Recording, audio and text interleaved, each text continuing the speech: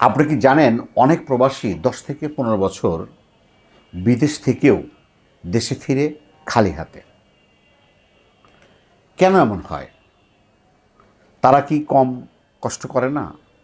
তারা কি কম আয় করে না? সমস্যা হলো তারা কিছু বড় ভুল করে। আজ আমি আপনাদের বলবো প্রবাসীরা কোন 3টি ভুল করলে তাদের সব কষ্টের টাকা শেষ হয়ে যায়, আর এই ভুল থেকে বাঁচার উপায় কী। প্রথম ভুল, সঞ্চয় না করা। অনেক প্রবাসী মাসে ভালো টাকা কিন্তু আয় করেন, কিন্তু মাস শেষে তার হাতে বা কাছে কিছুই থাকে না। কেন? কারণ অপ্রয়োজনীয় খরচ, লাইফস্টাইল, বন্ধুদের সাথে ঘোরা আর নিজের ভবিষ্যতের কথা না ভাবা।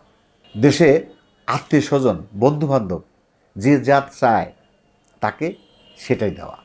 আমেরিকান চিন্তাবিদ বেঞ্জামিন ফ্রাঙ্কলিন বলেছিলেন, 1 পয়সা সঞ্চয় মানে 1 পয়সা আয়।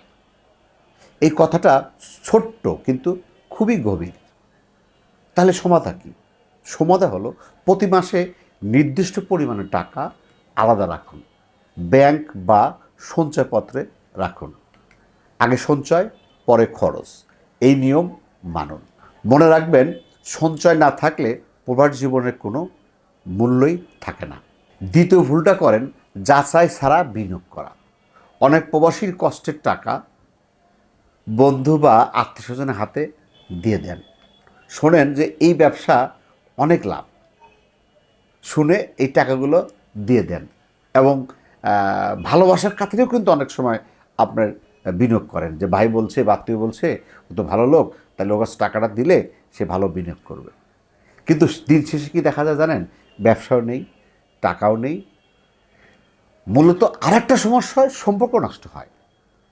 তাহলে সমাধা কি? দেখেন, এটার সমাধা হলো নিজে থেকে যাচাই করুন, ব্যবসার সম্পর্কে শিখুন, ছোট থেকে শুরু করুন, সব টাকা এক জায়গায় বিনিয়োগ করবেন না। তাহলে এর সমাধা কী? দেখেন, এর সমাধা হলো নিজে আগে যাচাই করুন যে আপনার যে বন্ধু বলছে যে এই ব্যবসাটা ভালো, সেই ব্যবসাটা কতটুকু ভালো সেটা আপনি বোঝেন কি না সেটাকে জানুন। ছোট থেকে শুরু করুন, যে কোনো ব্যবসা করবেন ছোট থেকে শুরু করুন। আর সব টাকা, আপনার হয়তো 20 লাখ টাকা আছে, সে টাকা একই জায়গায় বিনিয়োগ করবেন না।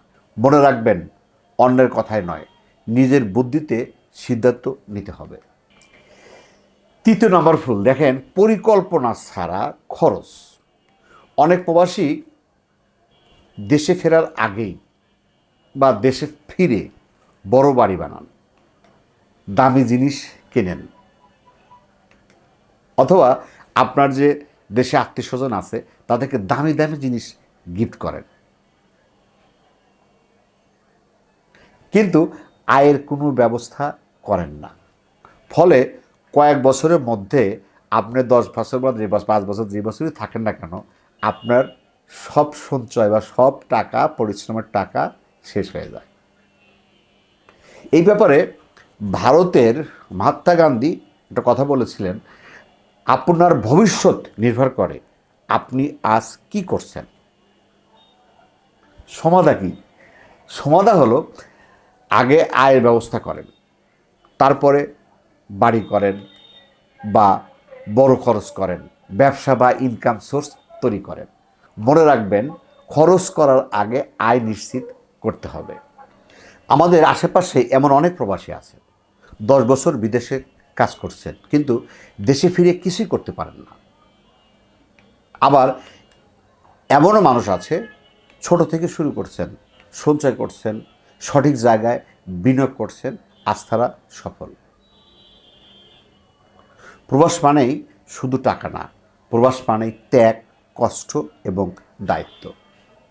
যদি আপনি এই 3টি ভুল এড়িয়ে চলতে পারেন, সঞ্চয় করবেন, যাচাই করে বিনিয়োগ করবেন, পরিকল্পনা করে খরচ করবেন, তাহলে ইনশাল্লাহ একদিন সফল হবেনই।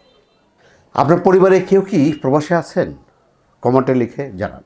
আর এই ভিডিওটি ভালো লাগলে অবশ্যই লাইক, শেয়ার করে আপনার পাশে আরেকজনকে জানার ব্যবস্থা করুন। পরিশেষ হওয়া দীর্ঘ মঙ্গল কামনা করে আজকের মতো শেষ করছি। আল্লাহ হাফেজ।